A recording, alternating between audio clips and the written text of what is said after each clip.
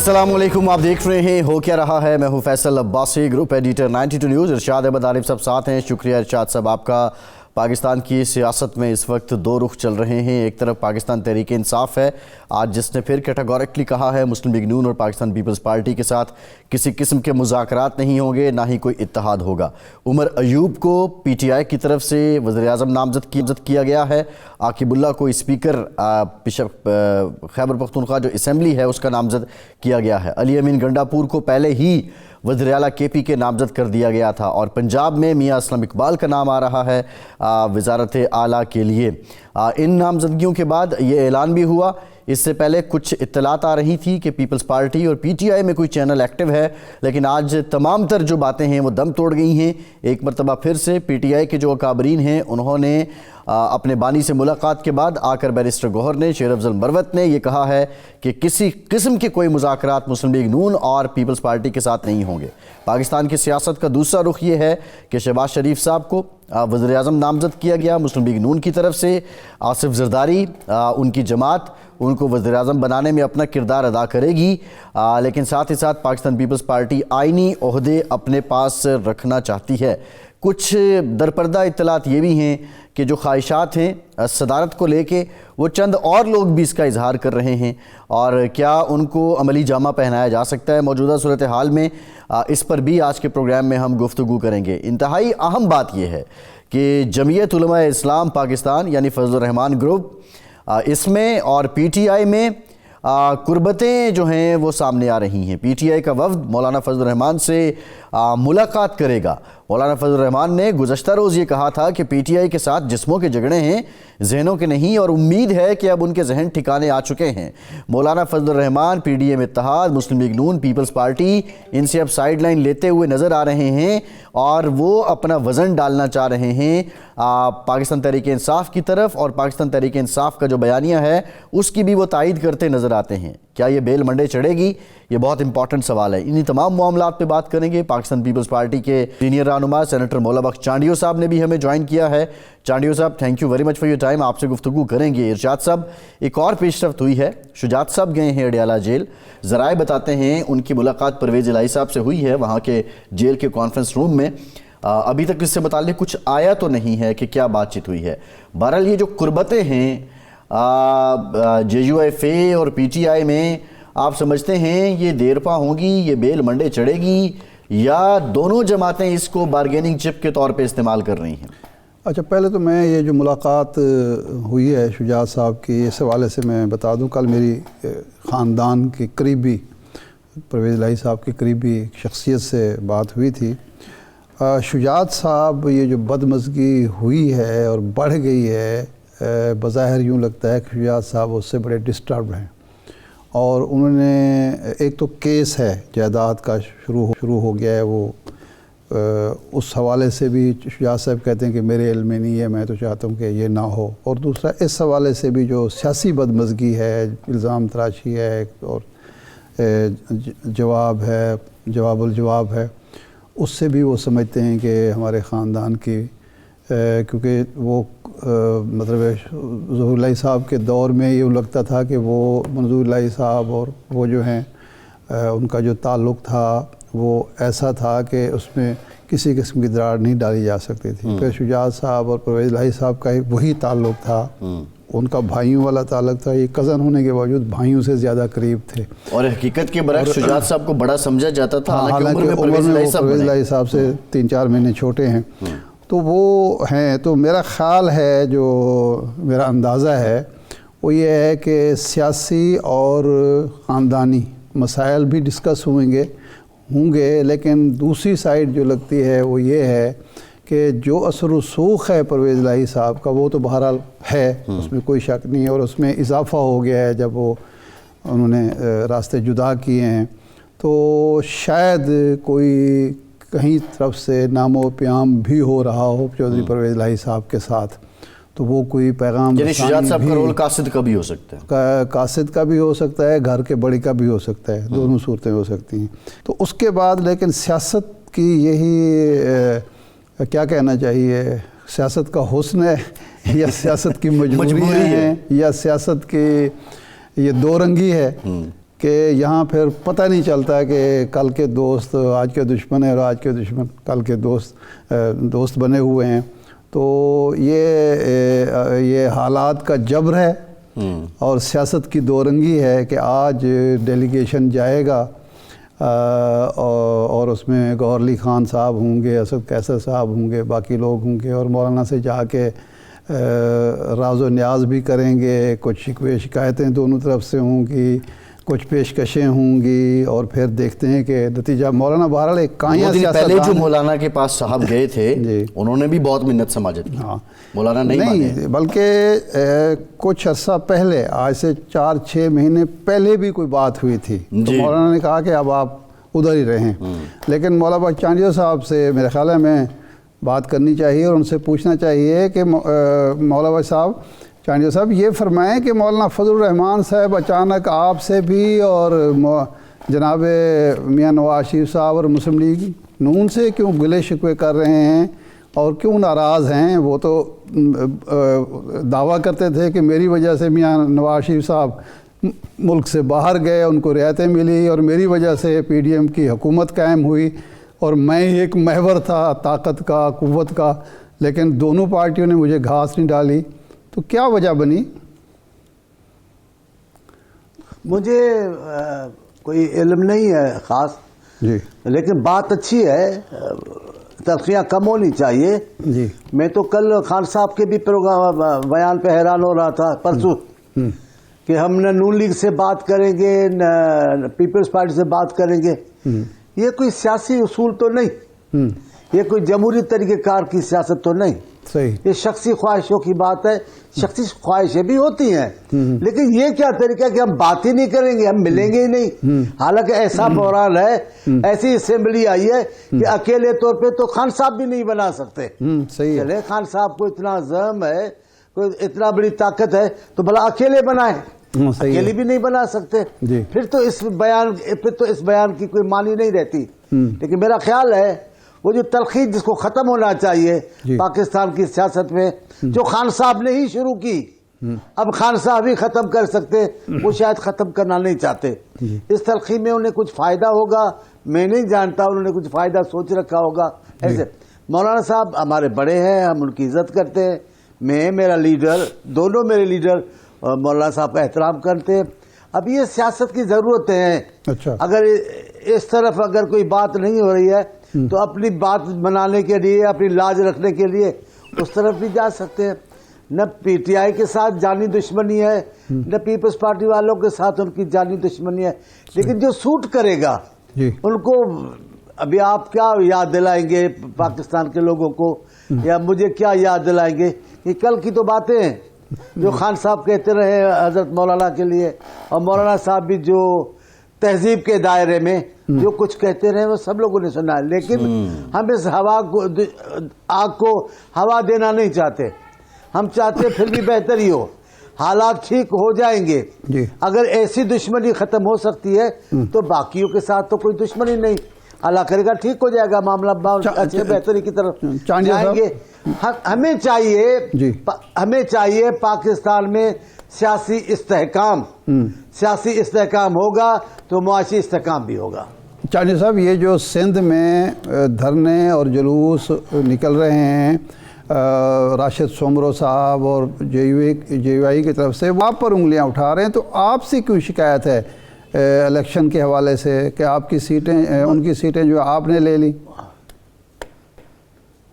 مجھے نہیں پتا کیسے کہتے ہیں, لیکن میں کہتا ہوں جی ڈی اے میں کچھ بھی نہیں ہے سوائے پیر صاحب پگارا کے. صحیح, پہلے بھی بڑے پیر صاحب پگارا تھے, ابھی بھی موجودہ پیر صاحب پگارا ہے. انہی کی ایک حیثیت ہے جن کا ذکر بھی ہوتا ہے, لوگوں کی آنکھ بھی اس طرف جاتی ہے کہ جی ڈی اے میں کوئی قوت ہے. باقی جی ڈی اے اتنی سیٹیں اٹھاتی تھی, ان کے ساتھ کیا دھاندلی ہوئی ہے مجھے بتائیں. کیا لیاقت جو پہلے جیتتے تھے جو ابھی ان سے جیتی گئی ہے؟ ایسا ہے نہیں.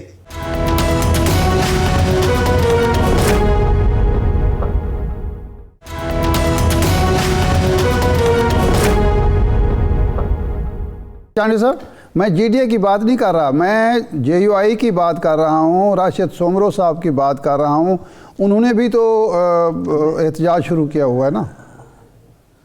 راشد سوبرو صاحب کی اپنی سیاست ہے. جب حضرت مولانا پیپلز پارٹی قریبی ہوتے ہیں تو بھی راشد سوبرو صاحب کا اسٹینڈ ایسا ہی ہوتا ہے. راشد سوبرو کی سیاست کی بقا اس میں ہے کہ وہ ہر بار مقابلہ ان کا پیپلز پارٹی کے ساتھ ہی ہوتا ہے. لہذا ان کی بقا ہے کہ وہ پیپلز پارٹی پہ چڑھ دوڑے. اس کے مقابلے میں حضرت مولانا فضل الرحمان صاحب جی. اچھا یہ بتائیے چانڈیو صاحب, فضل الرحمان صاحب رویہ بھی نرم رکھتے ہیں بات چیت کے لیے. صحیح ہے. مسلم لیگ نون کے ساتھ اب آپ کا ایک بظاہر اتحاد نظر آ رہا ہے. شہباز شریف صاحب کی بطور وزیر اعظم آپ حمایت بھی کر رہے ہیں, لیکن آئینی عہدے آپ مانگ رہے ہیں اور کابینہ میں آپ نہیں بیٹھ رہے ہیں, ان کو وزیر اعظم بنا رہے ہیں. عرفان صدیقی صاحب کہتے ہیں صاف چھپتے بھی نہیں, سامنے آتے بھی نہیں. تو یہ اگر اتحاد کرنا ہی ہے تو کابینہ کا حصہ کیوں نہیں بنتے؟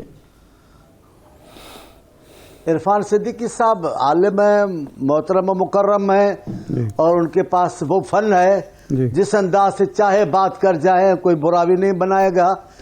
بات یہ ہے کہ گزشتہ جو حکومت رہی ہے پی ڈی ایم کی, اس میں جو تجربات ہوئے وہ تلخ تجربات ہیں. اچھا, وزارت کے حوالے سے جو ہمیں تجربے ہوئے وہ اچھے تجربے نہیں تھے. حکومتیں ہوتے ہوئے ہماری چھوٹی چھوٹی باتیں نہیں مانی گئی, لیکن ہم نے جمہوریتی خاطر اب جب رزلٹ آئی ہے ایسی کہ کوئی پارٹی حکومت نہیں بنا سکتی, تو ہم استحکام کو لانے کے لیے ہم وہ بات مانتے ہیں. لیکن وزارتیں لے کر پھر تلخیاں اپنے حصے میں لائیں, پھر ناکامیاں اپنے حصے میں لائیں, یہ تو مناسب نہیں ہے. راز صاحب ہمارے تبصرے کرنے والے سائیں کا وہ سیاستدان بھی ہیں, صحافی بھی ہیں, جو چاہے کہہ دیں, لیکن ہم ان کو جواب نہیں دیتے. فی الحال ہمارا فیصلہ ہے کہ جب کوئی دوسری پارٹی بنی نہیں رہی ہے, اکیلے طور پر تحریک انصاف بھی حکومت نہیں قائم کر سکتی, تو ہم مل جل کر, ہم خود ایک دوسرے کے قریب سمجھتے ہیں خود کو, ہم قریب سمجھ کر ہم حکومت تو بنانے کی شروعات تو کریں. کم سے کم انتخابات کو ایسے یتیم اور لاوارث نہ چھوڑیں, پاکستان کے لوگوں کو مسائل کے بھنور میں اکیلا چھوڑیں, یہ مناسب نہیں ہے. ہم نے ٹھیک فیصلہ کیا ہے. چانڈیو صاحب, ملک کی خاطر, جمہوریت کی خاطر, پارلیمنٹ کی خاطر آپ حکومت سازی میں مدد دے رہے ہیں شہباز شریف صاحب کو, لیکن ایک ایسی حکومت جو بیساکھیوں پر کھڑی ہوگی, کسی وقت بھی ٹوٹ سکتی ہے, وہ ملک کا کیا بھلا کرے گی؟ آپ شریک ہوں, آپ ان کی ڈائریکشن درست کریں, آپ کے پاس جو وزارتیں ہیں کم از کم وہ تو پرفارم کریں گی, کیونکہ ماضی کا جو تجربہ ہے ضروری تو نہیں کہ اس دفعہ بھی برا ہی تجربہ ہو, وہ بہتر بھی ہو سکتا ہے. لیکن دیکھیں حالات اس قسم کے ہیں کہ میاں نواز شریف صاحب جو بڑے مدبر سیاستدان بھی ہیں, جن کو لائے وہاں سے دولہا بنا کر, اچھا, یا قیدی بن کر گئے, حکمران بن کر آئے, لیکن حالات ایسے تھے کہ انہوں نے بھی ہاتھ نہیں لگایا وزارت عظمیٰ کو. نہیں تو آئے اسی کے لیے تھے, نعرے انہوں نے اس کے بلند کیے کہ چوتھی بار ہوگا, کچھ تو وجہ ہے. ہم ان تلخیوں سے ذرا الگ ہو کر بات کرنا چاہتے ہیں کہ جناب آپ کے نظام کو ہتھی دیں گے, آپ کے نظام کو مضبوط کریں گے, لیکن آپ کے نظام میں شریک ہو کر اختلافات کا باعث بنے, ہم پر بھی الزام آئے, وہ مناسب نہیں. لیکن میرے قائد بلاول صاحب نے کہا آپ کی بجٹ کا معاملہ, آپ کے قانون سازی کا معاملہ, ہم کہیں بھی کوئی آپ کے لیے رکاوٹ نہیں بنیں گے. لیکن یہ بات ٹھیک ہے کہ ہم ایسے عہدے لیں جن کا بوجھ پڑ جائے. معمولی چیزیں تھی. چیف منسٹر میرے قائد بلاول صاحب سیلاب کے لیے شہباز شریف صاحب کو کہتے رہے, منسٹر تھے بلاول صاحب اس کابینہ میں, وزیر اعظم شہباز شریف تھے, انہوں نے سندھ کے سیلاب پر 1 روپیہ بھی نہیں دینا پسند کیا. تو اختلافات تو تھے, لیکن ابھی کیونکہ سیاسی طور پہ ایسی اسمبلی آ گئی ہے جو اگر ہم ملتے نہیں ہیں تو یہ جو بھنور ہے یہ بڑھتا چلا جائے گا اور پاکستان کے لوگ مزید مشکلات کا شکار بنیں گے. ہم نے اسی لیے شرکت بھی کی ہے, اور ہم زیادہ ذمہ داری اس لیے نہیں اٹھا رہے کہ تلخیاں نہ پیدا ہوں بس. اچھا چوہدری صاحب, آپ صرف سیاستدان نہیں ہیں پریکٹیکل, بلکہ آپ ایک دانشور بھی ہیں, آپ نے کتاب بھی لکھی. یہ جو صورتحال ہے, ہنگ پارلیمنٹ ہے, کسی کو اکثریت حاصل نہیں, ایک حکومت ایسے بننے جا رہی ہے جس کی ایوان میں حکومت بننے کے بعد بھی اکثریت نہیں ہوگی, تو یہ پھر کتنا عرصہ چل سکتی ہے ایسی حکومت اور ایسی اسمبلی؟ یہ درست ہے,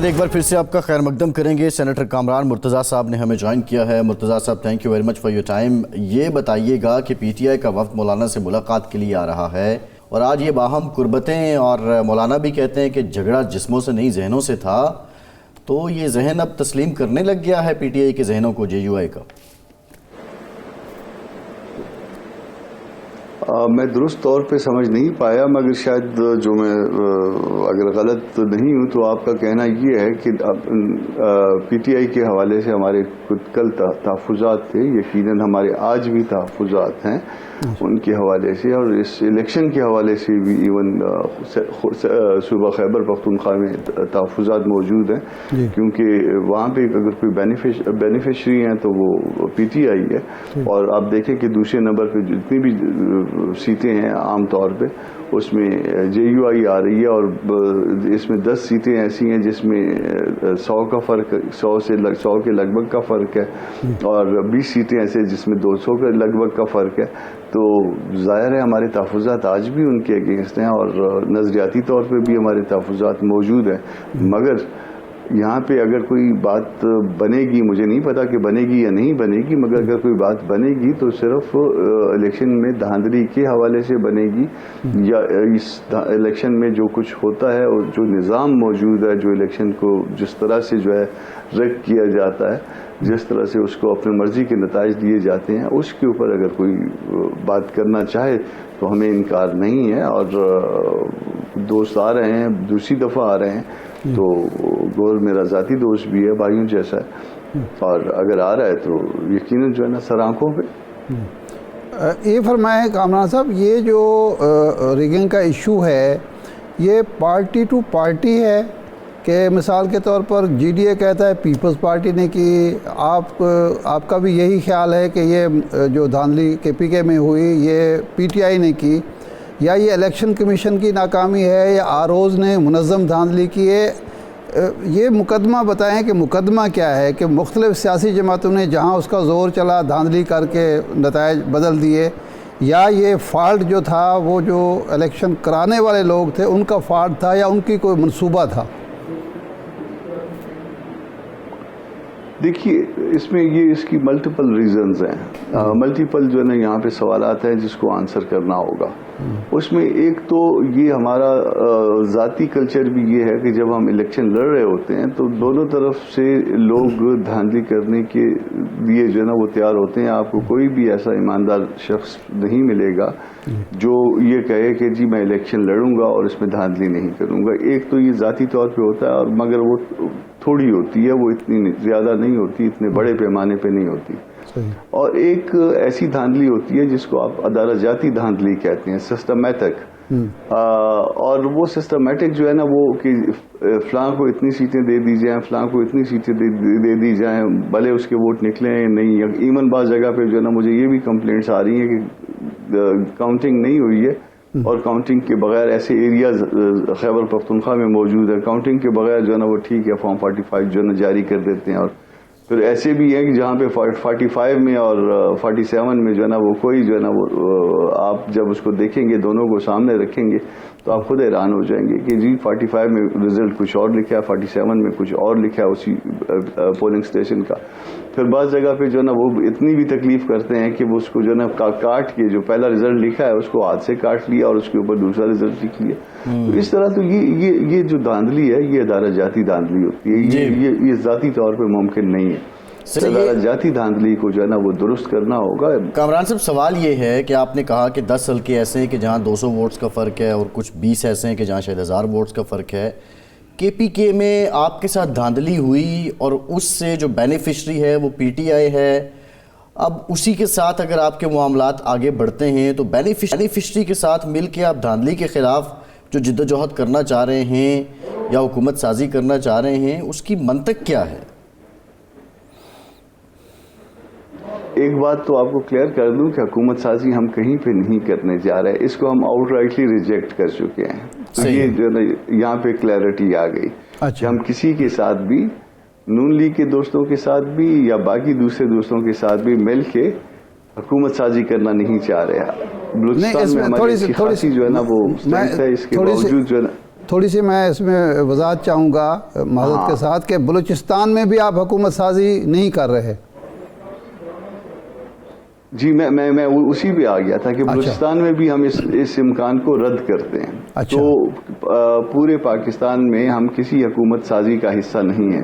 ٹھیک. اب آپ نے کہا کہ جو ہے نا وہ ایک جگہ پہ ان کے ساتھ آپ کا تضاد بھی موجود ہے, ایک وہ بینیفیشری ہیں اور آپ جو ہے نا وہ اس کے نقصان آپ کو جو ہوا ہے وہ تشریف لا رہے ہیں, پی ٹی آئی کے دوست تشریف لا رہے ہیں اور آگے اب دیکھتے ہیں کہ وہ کہنا کیا چاہ رہے ہیں اور کیا تجاویز لے کے آ رہے ہیں. تو جب تجاویز آئیں گی تو پھر اس کا جواب مرتب کیا جائے گا, اس کا جواب دیا جائے گا, اور پھر یہ تھیسس, اینٹی تھیسس, سینتھیسس, تو یہ اس کے بعد جو ہے نا اس سے کوئی جو ہے نا وہ امکانات پیدا ہو سکتے ہیں کہ نہیں ہو سکتے ہیں, یہ سارا کچھ دیکھنا پڑے گا. مگر ابھی پری میچور ہوگا کہ ہم جو ہے نا وہ کسی کے ساتھ چل رہے ہیں یا کسی کے ساتھ نہیں چل رہے ہیں. مولانا کے پاس کوئی آ رہا ہے, مولانا صاحب روایتی آدمی ہیں, جماعت کی طرف سے ان کے پاس یہ اختیار موجود ہے کہ وہ کوئی بھی ڈیلیگیشن کسی اور پارٹی کا آئے گا تو وہ اسے ملیں گے, وہ ان سے مل رہے ہیں, وہ آنے والا اپنی تجاویز بتائے گا, آنے والا اپنے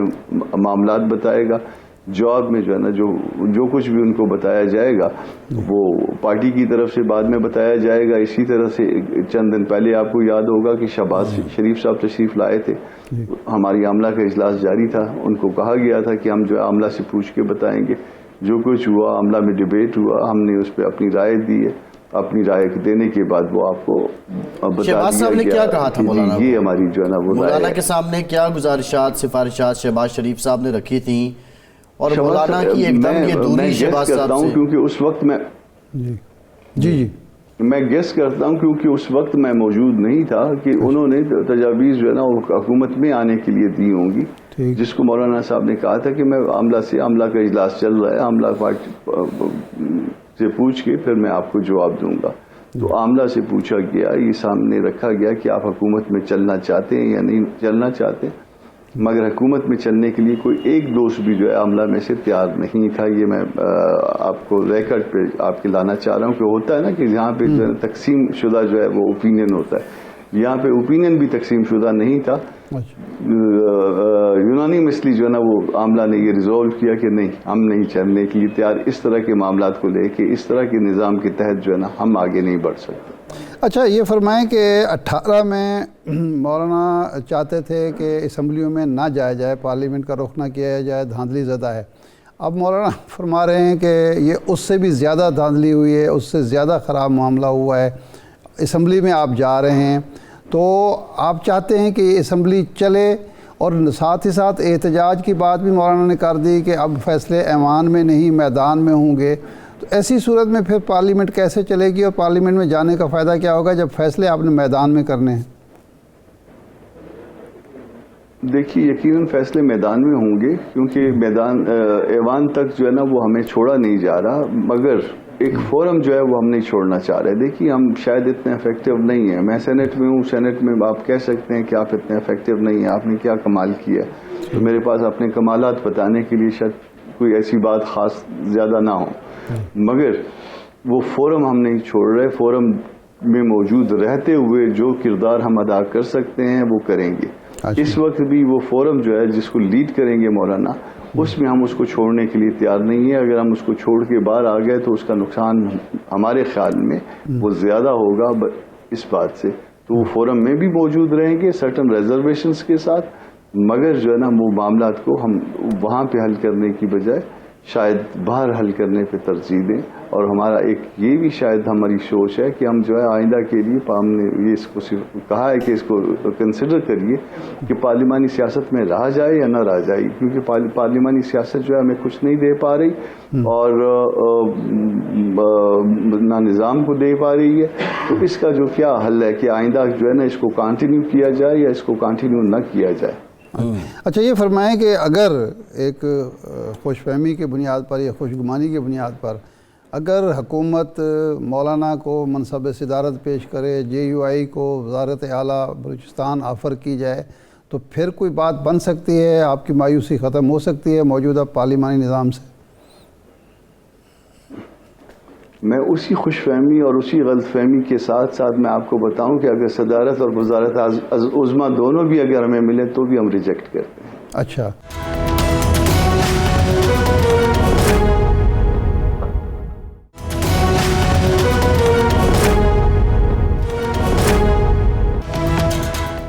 بریک کے بعد ایک بار پھر سے آپ کا خیر مقدم کرتے ہیں. ارشاد صاحب، پی ٹی آئی کا وفد مولانا کے پاس اور اب یہ ملاقات ہو رہی ہے، اور ایک بڑی سگنیفیکنٹ بات ہے جو کامران مرتضیٰ صاحب نے کی کہ یہ دوسری بار یہ وفد آ رہا ہے. دیٹ مینس کہ چینل تو کوئی نہ کوئی ایکٹیو مولانا کا تھا آبویسلی. آپ سمجھتے ہیں ابھی ریسنٹ مطلب جو عمران خان صاحب کے نظریات تھے مولانا کے بارے میں اور مولانا کے تھے ان کے بارے میں، یہود کا ایجنٹ، ڈیزل، یہ ایکس وائی زی، یہ سب چلتا رہا، اب وہ اتنی جلدی چیزیں ختم ہو جائیں گی یا لیڈرشپ کہہ دے گی کہ یہ گڈ ہے تو گڈ ہو جائے گا؟ نمبر 1. نمبر 2، جس طرح کامران مرتضیٰ صاحب کہہ رہے ہیں کہ ہم کہیں بھی حکومت بنانے کی نہ دعویٰ کر رہے ہیں نہ خواہش مند ہیں، تو پھر کیا یہ اس ملاقات میں کیا ہوگا؟ کس طرح کے ٹرمز آف ریفرنسز ہوں گے؟ پی ٹی آئی کیا آفر کر سکتی ہے مولانا کو؟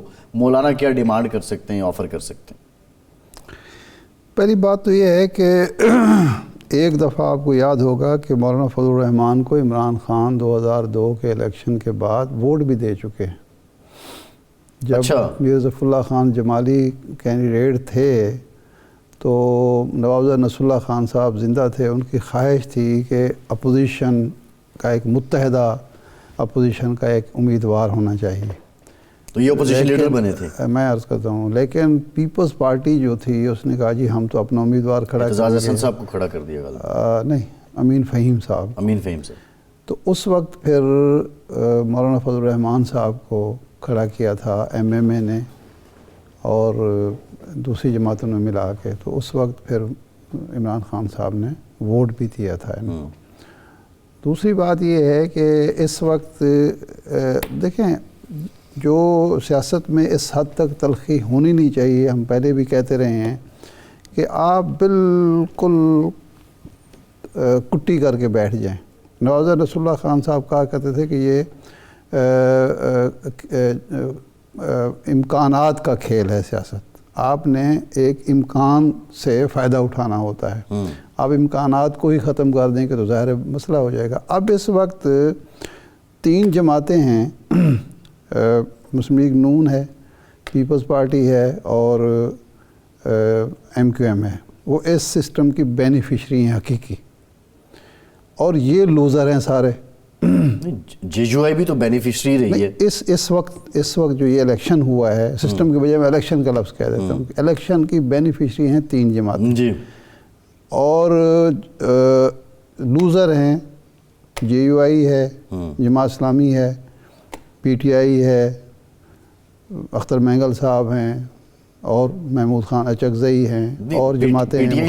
اس کے پاس اکثریت ہے نا ایک صوبے میں، اس کے پاس اکثریت صوبے میں موجود ہے، لیکن مرکز میں بھی وہ سب سے زیادہ ووٹ لینے کے باوجود وہ حکومت بنانے کی پوزیشن میں نہیں ہے.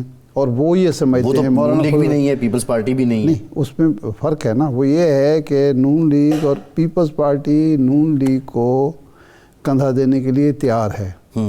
یہ پی ٹی آئی والے ان کا کندھا لینے کے لیے تیار نہیں ہیں. وہ سمجھتے ہیں کہ یہ جو کچھ ہوا ہے اس کے وہ تینوں بینیفیشری ہیں اور ہم سارے جو ہے نا. بلاول صاحب نے تو کیٹیگوریکلی کل کہا، اپنی پریس کانفرنس میں پرسوں کہا کہ پی ٹی آئی نے جب انکار کر دیا تو ہم نون لیگ کو تب کندھا دے رہے ہیں. میں وہی عرض کر رہا ہوں، بظاہر یوں لگ رہا ہے کہ پی ٹی آئی نے یہ فیصلہ کر لیا، اگرچہ کہا نہیں، اگرچہ امیدوار نامزد کر دیا، لیکن یہ فیصلہ کر لیا کہ مرکز میں ہم نے بیٹھنا اپوزیشن میں ہے. تو پھر اپوزیشن میں اگر بیٹھنا ہے تو پھر اپوزیشن کی جماعتوں کو اکٹھا کیا جائے جی، اور وہ سیاست ہوگی کہ ایوان اور میدان اکٹھے. وہ جو مولانا کی اصطلاح ہے نا، ایوان اور مولانا بات پتہ کی کرتے ہیں. تو اب ایوان اور میدان اگر اکٹھے چلانے ہیں یا میدان اور ایوان میں مقابلہ کرنا ہے ان تینوں کا جن کو بینیفیشری کہا جا رہا ہے، تو پھر اس کے لیے یہ ایک فطری اتحاد بن جاتا ہے. اگرچہ ہے غیر فطری، لیکن جو نوابزادہ صاحب کی تھیوری تھی، نوابزادہ نصر اللہ خان صاحب کی، اس کے مطابق یہ ایک فطری اتحاد بنتا ہے کہ جی آپ کو بھی احساس محرومی ہے، مجھے بھی احساس محرومی ہے، آپ کے ساتھ بھی زیادتی ہوئی ہے، میرے ساتھ بھی زیادتی ہے، اور زیادتی کے جو کرنے والے ہیں وہ تینوں کے اکٹھے ہیں. وہ مسلم لیگ نون کو قرار دے رہے ہیں، پیپلز پارٹی کو قرار دے رہے ہیں، کراچی میں MQM کو قرار دیا جا رہا ہے. تو اس لیے اب جب مخالفین جو ہیں مشترکہ ہیں اور جو زیادتی ہے وہ بھی مشترکہ ہے تو پھر ظاہر ہے یہی کام بنتا ہے. لیکن یہ ضروری نہیں کہ یہ آج کی میٹنگ جو ہے یقیناً اس پر کام کیا گیا ہوگا. یہ ایسے نہیں ہوا ہوگا کہ جی انہوں نے فون کیا، انہوں نے کہا جی آ جائیں. کامران صاحب بات کر گئی، یہ دوسری ملاقات. صاحب امپورٹنٹ بات مجھے بتائیں، مولانا ہارڈ بارگینر ہیں، آپ نے پہلے بھی کہا. بالکل، اس میں کوئی شک نہیں. PTI ہو سکتا ہے کہ میٹنگ کر رہی اور وہ مولانا کو سنجیدہ ہو ساتھ ملانے میں، اور فطری طور پہ دیکھا جائے تو مولانا کا جو کام تھا سیاست کا وہ بانی PTI نے ٹھیک ٹھاک ختم کر دیا تھا. جو ان کا مکتبہ فکر ہے اس کے بڑے لوگ PTI میں ساتھ آ چکے تھے. ہاں، شیرانی صاحب، شجاع الملک صاحب، کئی لوگ جو ہیں. اس کے علاوہ عوام بھی جو KPK میں ڈومیننٹ مکتبہ فکر ہے وہ لوگ آ چکے تھے بانی PTI کے ساتھ. لیکن میرا سوال آپ سے یہ ہے، ذرا مجھے سمجھا دیں، مجھے سمجھ نہیں آ رہی. عمر ایوب صاحب وزیر اعظم نامزد، مولانا فضل الرحمان سے اتحاد کر کے بھی وہ وزیر اعظم نہیں بن سکتے، نمبر 1. شہباز شریف صاحب وزیر اعظم نامزد، پیپلز پارٹی کی مدد کے بغیر وہ وزیر اعظم نہیں بن سکتے. پیپلز پارٹی کہہ رہی ہیں ہم ان کو مدد کریں گے. عرفان صدیقی صاحب نے حقیقی بات کی کہ کرسی میں بٹھا کے کرسی کھینچ لی جائے گی. یہ ساری ابھی تک ایک کھچڑی ہے. اس میں بہت بڑا چنک وہ ہے جو لوگوں نے اپنا فیصلہ کرنا ہے کہ ہم نے کس طرف جانا ہے. لازمی تو نہیں ہے کہ سارے کے سارے PTI کے ساتھ انٹیکٹ بھی رہیں گے. اس ساری کھچڑی میں یہ جو ملاقات ہے یہ کہیں مولانا اس کی بیس پہ بارگین تو نہیں کریں گے کہ PTI بھی مجھے کہہ رہی ہے؟ یہ تو دیکھیں، جو مولانا کے مخالفین ہیں وہ تو یہی کہیں گے کہ وہ اپنا وزن بڑھانے کے لیے، اپنی بارگیننگ پوزیشن مضبوط کرنے کے لیے کر رہے ہیں. لیکن ہم بدگمانی سے کیوں کام لیں؟ سیاستدان ہیں، ملتے ہیں، اور سیاستدانوں کو یہ حق حاصل ہے کہ وہ اب اقتدار کی سیاست کر رہے ہیں. یہ سارے کے سارے پاور پالیٹکس میں ہیں. تو پاور پالیٹکس میں تو پھر بارگیننگ ہوتی ہے، ہارڈ بارگیننگ ہوتی ہے، اور بارگیننگ کا مقصد سیاسی مفاد ہی حاصل کرنا ہوتا ہے نا. اب اصل میں جو سیاسی جماعتیں ہیں جن کو عوام کے موڈ کا صحیح اندازہ ہو گیا ہے وہ دور رہنا چاہتی ہیں حکومت سے. ان کو یہ اندازہ ہو گیا ہے، خواہ وہ زرداری صاحب ہوں، سوائے MQM کے، سب کو اندازہ ہو گیا ہے کہ 16 ماہ کا تلخ تجربہ اور عوام کا موڈ، اب جتنا کوئی ڈسٹینس کرے گا مسلم لیگ نون سے یا حکومت سے وہ فائدے میں رہے گا. تو وہ سیاست بدل گئی ہے ارشاد صاحب، اس حد تک بدل گئی ہے کہ اس دفعہ عوام نے یہ پہلے کبھی نہیں ہوا.